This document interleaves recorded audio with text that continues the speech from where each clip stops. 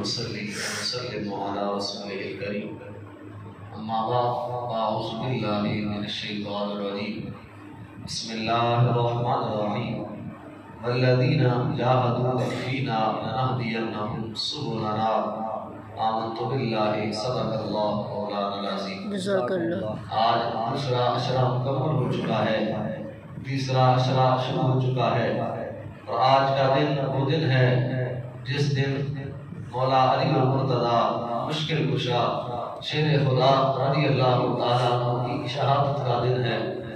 کون؟ حضرت علی المرتضیٰ، غالب اعلیٰ کل غالب، اسد اللہ الغالب، امام المشارق والمغارب، اور حضرت علی المرتضیٰ رضی اللہ تعالیٰ عنہ آپ کو جو خصائص حاصل ہیں، جو خصوصیات حضرت علی المرتضیٰ کو حاصل ہیں، وہ کائنات میں چند ایسی خصوصیات ہیں جو کسی اور کو کبھی حاصل نہیں رہی ہیں۔ حضرت علی المرتضیٰ کی ولادت ہوتی ہے تو بچہ بڑا خوبصورت ہے، آپ کی ماں دیکھ رہی ہے، مگر بچہ آنکھیں نہیں کھولتا ہے۔ مولا علی المرتضیٰ نے آنکھیں نہیں کھولی ہیں۔ ایک دن گزر گیا ہے ولادت کے بعد، دوسرا دن بھی گزر گیا ہے، تیسرا دن شروع ہے، 3 دنوں تک حضرت علی المرتضیٰ نے آنکھیں نہیں کھولی ہیں۔ حضرت فاطمہ بنت اسد دوڑی دوڑی حضور علیہ السلام کے پاس آتی ہیں اور کہتی ہیں بڑے لوگوں کو دکھایا بھی ہے، بچہ تو بڑا خوبصورت پیدا ہوا ہے مگر آنکھیں نہیں کھول رہا ہے۔ میرے قریب محبوب علیہ السلام اپنی چچی کے ساتھ جاتے ہیں، حضرت علی المرتضیٰ کو اپنے ہاتھوں میں اٹھاتے ہیں، اور جیسے ہی حضرت علی المرتضیٰ حضور علیہ السلام کے آمنے سامنے ہوتے ہیں، رب کے حکم سے مولا علی المرتضیٰ اپنی آنکھیں کھول لیتے ہیں۔ 3 دن گزرنے کے بعد حضرت علی المرتضیٰ نے آنکھیں کھولی، گویا بتایا کہ آنکھیں کھولنے کے ساتھ ہی پہلا چہرہ جو دیکھنا تھا، رب کے حکم سے حضرت علی المرتضیٰ نے وہ مالک کے محبوب کا چہرہ دیکھنا تھا۔ حضرت علی المرتضیٰ پیدا ہوتے ہی حضور علیہ السلام کا پہلے چہرہ دیکھا، آنکھیں کھولی، میرے قریب محبوب علیہ السلام نے گھٹی ڈالی، جو بچہ پیدا ہوتے ہی ڈالی جاتی ہے۔ ماں کسی کو بلا نہیں رہی تھی اتنے دنوں سے کہ بچہ آنکھیں نہیں کھول رہا ہے۔ جیسے ہی حضور علیہ السلام کا آمنا سامنا ہوا، حضرت علی المرتضیٰ نے آنکھیں کھولی، میرے قریب محبوب علیہ السلام نے لعاب دہن آپ کے منہ میں ڈالا، گھٹی ڈالی حضور علیہ السلام نے، اور حضرت ابو طالب سے کہا آپ کی اولاد بڑی ہے، ایک بچہ میں لینا چاہتا ہوں کفالت کے لیے۔ حضرت علی المرتضیٰ کو حضور علیہ السلام نے لے لیا، پہلے دن سے پالنا شروع کیا حضرت علی المرتضیٰ کو۔ حضرت علی المرتضیٰ یہ وہ واحد خصوصیت کے حامل ہیں، واحد شخصیت ہیں جنہوں نے حضور علیہ السلام کے صحت میں پرورش پائی ہے۔ حضور علیہ السلام کہتے تھے ایسے کرنا ہے تو کرتے تھے، کہتے تھے نہیں کرنا ہے تو کبھی نہیں کرتے تھے۔ اور 7 سال کی عمر ہے آپ کی، قرآن پاک کا نزول ہو رہا ہے، مالک نے فرمایا وَأَنذِرْ عَشِيرَتَكَ الْأَقْرَبِينَ، محبوب اپنے قریبی رشتہ داروں کو بھی بلا لیجیے، اپنے قریبی رشتہ داروں کو اسلام کی دعوت دیجیے۔ میرے قریب محبوب نے جو سب سے پہلا قاصد بھیجا اسلام کی دعوت کے لیے، اسلام کی تبلیغ کے لیے، جو سب سے پہلا مبلغ بھیجا وہ بھی حضرت علی المرتضیٰ شیر خدا رضی اللہ تعالیٰ عنہ تھے۔ 7 سال کی عمر ہے، میرے قریب محبوب نے کہا علی بھائی جاؤ فلاں فلاں دروازے پہ اور انہیں بلا لاؤ، آج ان کی ہمارے گھر میں دعوت ہے۔ حضرت علی المرتضیٰ بلانے کے لیے گئے، پہلا دن گزرا، حضرت علی المرتضیٰ بلا کر لائے، دعوت ہوئی، کھانا کھایا لوگوں نے۔ جیسے ہی حضور علیہ السلام نے بات شروع کی کہ میں تمہیں اسلام کی دعوت دینا چاہتا ہوں، وہ سارے کھانا کھا چکے تھے، اٹھے، بتوں کی پوجا کرنے والے تھے، اٹھے، طرح طرح کی باتیں کی، چلے گئے وہاں سے جہاں میں آج روایت پڑھ کے آیا ہوں۔ پہلا دن گزرا، دوسرا دن آیا، میرے قریب محبوب نے پھر حضرت علی بھائی کو کہا علی بھائی جاؤ اور جا کے فلاں فلاں دروازے پہ دستک دو اور انہیں کہو آج پھر تمہاری ہمارے گھر میں دعوت ہے۔ دوسرے دن بھی لوگوں کو دعوت میں بلایا گیا مگر پھر وہی پہلے دن والی حالت ہے۔ تیسرے دن بھی اسی طرح بلایا گیا، کھانا کھا کے پھر جیسے ہی باہر نکلنے لگے، حضرت حمزہ رضی اللہ تعالیٰ عنہ جو حضور علیہ السلام کے چچا ہیں، وہ تلوار نیام سے نکال کر دروازے کے باہر کھڑے ہو گئے۔ انہوں نے کہا کوئی جائے گا نہیں جب تک میرے بھتیجے کی بات پوری نہیں سن لے گا۔ تم نے ماننا ہے تو ٹھیک ہے، نہیں ماننا ہے پھر بھی ٹھیک ہے، لیکن جب تک تم میں سے ہر کوئی بات پوری نہیں سنے گا میرے بھتیجے کی، میں اسے یہاں سے باہر نہیں نکلنے دوں گا۔ اب رب کے محبوب علیہ السلام نے اپنی تبلیغ شروع کی، باتیں کہنا شروع کی، لیکن وہ پھر باتیں سننے کے بعد بھی وہاں سے چل نکلے۔ ابھی وہ جا ہی رہے تھے، حضرت علی المرتضیٰ کھڑے ہو گئے، کہا حضور یہ لوگ چاہے آپ کو نہیں مانتے ہیں، میری عمر 7 یا 8 سال ہے، آپ بازوؤں میں ویسی قوت نہیں ہے ابھی، لیکن یہ بچہ آپ سے وعدہ کرتا ہے مرتے دم تک آپ کا ساتھ دے گا۔ اور ساتھ کیسے دے گا؟ کہا حضور یہ جو پیٹھ پھیر کے جا رہے ہیں نا، ان میں سے ہر ایک کی تو آپ کا بھائی علی ہڈیاں پسلیاں توڑ دے گا۔ اب وہاں جہاں میں روایت پڑھ کے آیا ہوں یہ الفاظ موجود ہیں، کہا ہر ایک کی علی ہڈی اور پسلی توڑ دے گا۔ اب وہ بڑے بڑے سردار تھے، بڑے بڑے جوان تھے، بڑے بڑے بہادر تھے، انہوں نے پیچھے دیکھا، ایک کہا لگا، ہنسے تھوڑا سا اور واپس چلے گئے۔ کہا یہ بچہ ہمارا کیا مقابلہ کرے گا؟ لیکن حضرت علی المرتضیٰ نے جو الفاظ کہے تھے، مالک نے پھر ان الفاظ کو پورا کیا۔ پہلا معرکہ حق اور باطل کا جنگ بدر ہوئی۔ غزوہ بدر میں حضرت علی المرتضیٰ کا ہر اس بندے سے سامنا ہوا جو پہلی دعوت میں انکار کر کے واپس گیا، جو پہلی دعوت میں پیٹھ پھیر کے واپس گیا۔ روایت کے الفاظ ہیں 313 یا 319 مسلمان ہیں، 313 نے 70 کفار کو واصل جہنم کیا، اور ان 313 میں سے اکیلے حضرت علی المرتضیٰ نے 22 کفار کو واصل جہنم کیا۔ 70 کفار کل مارے گئے تھے، ان 70 میں سے 22 حضرت علی المرتضیٰ نے اکیلے مارے تھے، واصل جہنم کیا تھا۔ بڑے بڑے بہادر تھے، اور کہیں چلتے چلتے اگر آگے چلے تو ایک شخص وہ بھی آیا جو 1000 کا اکیلا مقابلہ کرتا تھا، لوگ اسے مرحب کے نام سے جانتے تھے۔ غزوہ خیبر کا موقع ہے، حضرت علی المرتضیٰ نے اس کا مقابلہ کیا، آمنے سامنے ہوئے۔ اس مرحب نے کہا کیا تو میرا مقابلہ کرے گا؟ تو جانتا ہے کہ میں مشہور ہوں، 1000 لوگوں کا اکیلا مقابلہ کر لیتا ہوں۔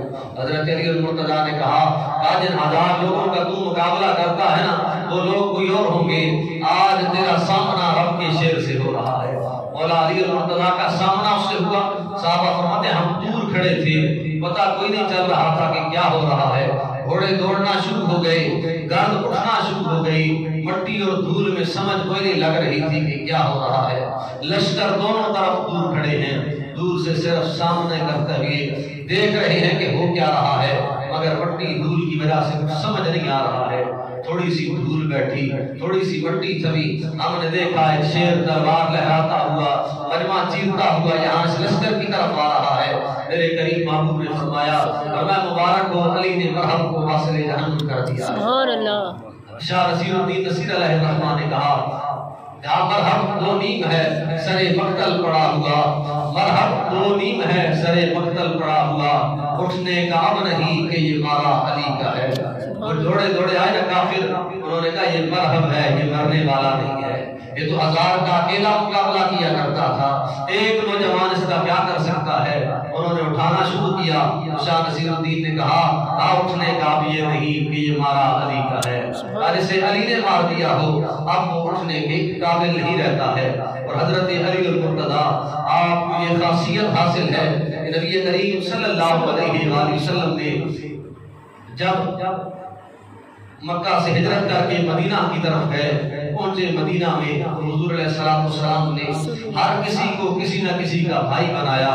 حضرت ابوبکر کو کسی وہاں مدینہ کے رہنے والے انصار صحابی کا بھائی بنایا، حضرت عمر کو کسی کا بھائی بنایا، حضرت عثمان کو کسی کا بھائی بنایا، لیکن سارے بڑھ چکے تھے، ایک علی المرتضیٰ اکیلے رہ گئے۔ حضرت علی المرتضیٰ کی آنکھوں میں آنسو ہیں، کہا حضور کیا کوئی غلطی ہوئی ہے؟ میں اکیلا رہ گیا ہوں، ہر کسی کو کسی نہ کسی کا بھائی بنا دیا گیا ہے، لیکن علی اکیلا رہ گیا ہے۔ میرے کریم محبوب نے فرمایا، ترمذی شریف کی حدیث مبارکہ ہے، اور میں علی بھائی مانتا فی الدنیا والآخرہ، کیا تو اس بات پہ راضی نہیں ہے کہ تجھے دنیا داری میں سے کسی کا بھائی نہیں بنایا جائے گا، بلکہ تو وہ ہے جو دنیا میں بھی محمد رسول اللہ اللہ کا بھائی ہے اور آخرت نبی کا حضور علیہ السلام نے فرمایا تو میرا ہی بھائی شمار ہو. سبحان اللہ. یہ خاصیت صرف حضرت علی المرتضیٰ کو حاصل ہے. پرورش پائی تو حضور علیہ السلام کے گھر میں احکام مانے تو ہمیشہ حضور علیہ السلام کے پیدا ہوتے ہی آنکھیں کھولی تو پہلا چہرہ حضور کا دیکھا اور مرتے دم تک حضور علیہ السلام کے ساتھ کھڑے رہے. مرتے دم تک ہر جگہ میں حضور علیہ السلام کے سامنے شیشہ بنائی ہوئی دیوار کے ساتھ کی طرح کھڑے رہے. اور حضرت علی المرتضیٰ کے ساتھ ایک دفعہ ایسا بھی واقعہ درپیش آیا کہ میرے قریب محبوب نے فرمایا اور میں علی بھائی تم نے آج جنگ پہ نہیں جانا ہے. میرے قریب محبوب علیہ السلام کا حکم ہو گیا تھا. حضرت علی المرتضیٰ نے فرمایا پوچھا مخلفنی مع الصبیان والنساء، آپ علی کو بچوں میں اور عورتوں میں چھوڑ کر جا رہے ہیں، ایسا کیوں ہے؟ ایسا کیوں آپ حکم فرما رہے ہیں؟ میرے قریب محبوب نے فرمایا میں اما ترضى ان تكون منی بمنزلۃ ہارون من موسیٰ. کہا کیا علی بھائی تو اس بات پہ راضی نہیں ہے کہ آج تیرا مقام وہ ہے جو حضرت موسیٰ علیہ السلام کے سامنے حضرت ہارون علیہ السلام کا مقام تھا؟ تو میرے سامنے ایسے ہے جیسے حضرت موسیٰ علیہ السلام کے سامنے حضرت ہارون علیہ السلام تھے. اب کیا واقعہ تھا؟ وہ حضرت موسیٰ علیہ السلام جانے لگے کوہ طور پہ. مالک نے فرمایا موسیٰ آپ کو آنا پڑے گا، اگر کلام لینا ہے، اگر ہم کلام ہونا ہے تو ملاقات کے لیے کوہ طور پہ آنا پڑے گا، 40 دن کا چلہ کاٹنا پڑے گا. اب حضرت موسیٰ علیہ السلام اپنی قوم کو کسی کے حوالے کر کے جانا چاہتے تھے. اپنے بھائی حضرت ہارون علیہ السلام جو وقت کے نبی ہیں ان کے حوالے کیا اور چلے گئے. حضرت موسیٰ علیہ السلام وہاں سے میرے قریب محبوب نے فرمایا میں علی بھائی اگر میں جا رہا ہوں جنگ پہ، میرے بعد کوئی نبی نہیں ہے، لیکن میں آپ کو اسی مقام پہ چھوڑ کے جا رہا ہوں جس مقام پہ حضرت موسیٰ علیہ السلام حضرت ہارون علیہ السلام کو اپنا نائب مقرر کر کے گئے تھے. یہ خاصیت بھی صرف اور صرف حضرت علی المرتضیٰ کو اکیلی حاصل ہے. اگر کہیں اور کسی کے بارے میں روایتیں ملتی ہیں تو کہیں اس میں ضعف موجود ہے، کہیں اس میں کہیں نہ کہیں نقص موجود ہے، لیکن یہ وہ حدیث مبارکہ ہیں جو بخاری و مسلم کی حدیث مبارکہ ہیں. میرے قریب محبوب نے فرمایا اور میں علی بھائی تیرا مقام ایسے ہے میرے سامنے جیسے حضرت موسیٰ علیہ السلام کے سامنے حضرت ہارون کا مقام تھا. وہ دونوں نبی تھے، دونوں انبیاء تھے. ساتھ یہ بھی فرمایا اللہ انہ لا نبی بعدی، لیکن سن لو میرے بعد کوئی نبی نہیں ہوگا. تم میرے جانشین ضرور ہو، میرے نائب ضرور ہو، میں جا رہا ہوں جنگ پہ، لیکن میرے بعد کوئی خلیفہ ایسا نہیں ہوگا جو نبی ہوگا. نبی کریم صلی اللہ علیہ وآلہ وسلم نے فرمایا لا یحب علی منافق، ورنہ کبھی ایسا نہیں ہو سکتا کہ بندہ منافق بھی ہو اور علی سے محبت بھی کرتا ہو. کبھی ایسا نہیں ہوگا کہ جس کے دل میں محبت علی ہوگی وہ بندہ منافق ہے. اور پھر فرمایا ولا یبغضہ مومن، اور کبھی ایسا نہیں ہوگا کہ بندہ مومن بھی ہو اور اس کے دل میں علی کا بغض بھی موجود ہو. گویا ایمان کی کسوٹی بتا دی، ایمان کا ترازو ہمارے سامنے رکھ دیا، مسلمان اور منافق کی پہچان بتا دی. ورنہ جو بندہ اپنے دل میں حضرت علی المرتضیٰ کا ذکر سن کر اپنے دل میں مٹھاس اور لطف پیدا کرتا ہے، وہ دیکھتا ہے کہ میرا دل خوش ہو رہا ہے، اس کے سینے میں جو ایمان کی چنگاری ہے وہ بھڑکنا شروع ہو جاتی ہے. مولا علی المرتضیٰ کا ذکر سن کر میرے قریب محبوب نے فرمایا وہ سمجھ لے اس کا دل ایمان سے سرفراز ہے. اور اگر بندہ ایسا ہے جس کے سامنے حضرت علی المرتضیٰ کا ذکر کیا جاتا ہے اس کے چہرے کا رنگ تبدیل ہو جاتا ہے، اس کے دل میں خیال آنے لگتا ہے کہ کہاں اتنی شان ہے، یہ کیسے ہو سکتا ہے، یہ ایسے الفاظ ہیں کیسے ممکن ہو سکتا ہے. اور میں وہ سمجھ لو جس کے سامنے میرے علی کا ذکر کیا جائے اور اس کا دل اطمینان میں نہ ہو، اس کے چہرے کا رنگ تبدیل ہو جائے، اور میں سمجھ لو اس کے دل میں ایمان نہیں ہے، وہ منافقت سے بھرا ہوا ہے. اور مشکات شریف کی حدیث مبارکہ ہے، صحابہ کرام فرماتے ہیں ہم دیکھنا چاہتے تھے کنا نعرف المنافقین، کوئی بندہ ہمیں ملتا تھا جس کے ایمان کے بارے میں ہمیں پتہ نہیں ہوتا تھا، ہم یقین کے ساتھ نہیں کہتے تھے، ہم اگر اسے جانچنا چاہتے تھے، سمجھنا چاہتے تھے کنا نعرف المنافقین، تو ہم منافقوں کو جانتے ایسے تھے ببغضہم علی، ہم ان کے سامنے علی کا نام لیا کرتے تھے. اگر چہرے کا رنگ تبدیل ہو جاتا تھا، اگر باتیں بدل جاتی تھی، اگر زبان لڑکھڑانے لگتی تھی تو ہم سمجھ جاتے تھے کہ یہ بندہ منافق ہی ہے جس کو علی کا نام ہضم نہیں ہو رہا ہے. اور جس کے سامنے ہم علی کا نام لیتے تھے وہ خوش ہو جاتا تھا، اس کا چہرہ کھل اٹھتا تھا، اس کی زبان سے باتیں حضرت علی المرتضیٰ کی شان میں نکلنے لگتی تھی، وہ صحابہ فرماتے ہیں ہم سمجھ جاتے تھے یہ بندہ کبھی منافق نہیں ہو سکتا ہے، جس کے دل میں علی کی محبت ہو وہ پکا اور سچا مومن ہی ہوا کرتا ہے۔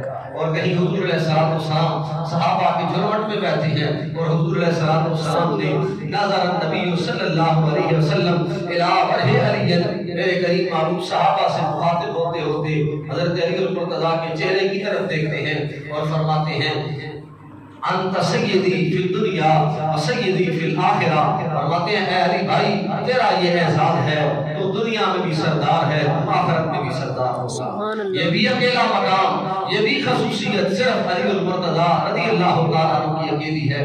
فرمایا انت سید فی الدنیا و انت سید فی الاخرہ، اے علی بھائی تو دنیا میں بھی سردار ہے تو آخرت میں بھی سردار ہوگا۔ فرمایا حبیبوں کا حبیبی سن لے جو تجھ سے محبت کرے گا سمجھ لے کہ وہ محمد رسول اللہ صلی اللہ علیہ وسلم سے محبت کر رہا ہے، وہ حبیبی حبیب اللہ، اور فرمایا جو مجھ سے محبت کرے گا وہ سمجھ لے وہ اللہ کریم سے محبت کر رہا ہے۔ یہاں ایک پہلو یہ تھا، وہاں دوسرا پہلو یہ بھی بتا دیا، فرمایا عدو کا عدو بھی، علی بھائی جو تجھ سے دشمنی رکھتا ہے، تیرا بغض اس کے دل میں ہوتا ہے، جو تیرے خلاف باتیں کرتا ہے، تیری عظمت کی باتیں سن کر جیسے ہضم نہیں ہوا کرتی ہیں، عدو کا عدو بھی تیرا دشمن محمد رسول اللہ صلی اللہ علیہ وسلم کا دشمن ہے، اور فرمایا عدو بھی عدو اللہ، اور جو میرا دشمن ہے وہ اللہ کریم کا دشمن ہے۔ وہ اگر حدیث کا معنی پچھلی طرف سے لے آؤں تو حضور علیہ السلام نے فرمایا جو اللہ کا محبوب بننا چاہتا ہے اسے حضور علیہ السلام کی چوکھٹ پہ آنا پڑے گا، اور جو رسول اللہ صلی اللہ علیہ وسلم سے پیار کرنا چاہتا ہے اسے حضرت علی المرتضیٰ سے پیار کرنا پڑے گا، اور فرمایا جو مالک کریم سے دشمنی مول لینا چاہتا ہے وہ حضور سے بھی دشمنی کر رہا ہے، اور جو حضور سے دشمنی کر رہا ہے فرمایا وہ علی سے بھی دشمنی کر رہا ہے۔ تو معیار ایمان کا ہمیں بتا دیا، فرمایا جس ہستی کا تعلق حضور علیہ السلام کی ذات کے ساتھ ہے وہ ہمارے لیے قابل احترام ہے، ہر کسی کے لیے محبت دل میں موجود ہے، لیکن اہل بیت کے ساتھ امام احمد بن حنبل کا ایک قول نقل کرتا جاؤں، حضرت امام احمد بن حنبل نے قیامت تک آنے والے لوگوں کو یہ عقیدہ دے دیا۔ حضرت امام احمد بن حنبل نے اپنی کتاب میں لکھا ہے، آپ نے فرمایا اہل بیت کا تقابل کسی اور کے ساتھ کبھی جائز ہی نہیں ہوا کرتا ہے، کیونکہ یہ حضور علیہ السلام کے گھر والے ہیں۔ امام احمد بن حنبل نے فرمایا کبھی مقابلہ نہ کیا کرو ان ہستیوں کا، رب جانے رب کا محبوب جانے ان کی شانیں کیا ہیں، لیکن کبھی دنیا دار کو کبھی ایک مومن بندے کو ان کا مقابلہ کرنے کی اجازت نہیں ہے۔ مالک کی طرف سے جو فیصلہ ہو گیا ہے وہ فیصلہ قیامت تک چلتا رہے گا، جیسے ہو گیا ہے ویسے ہی ساری کائنات چلتی رہے گی۔ اللہ کریم کی بارگاہ میں دعا ہے مالک ہمیں ہر اس ہستی ہر اس ذات کے ساتھ محبتیں کرنے کی توفیق عطا فرمائے جس کا تعلق حضور علیہ السلام کی ذات گرامی کے ساتھ ہے۔ لا الحمد للہ رب العالمین۔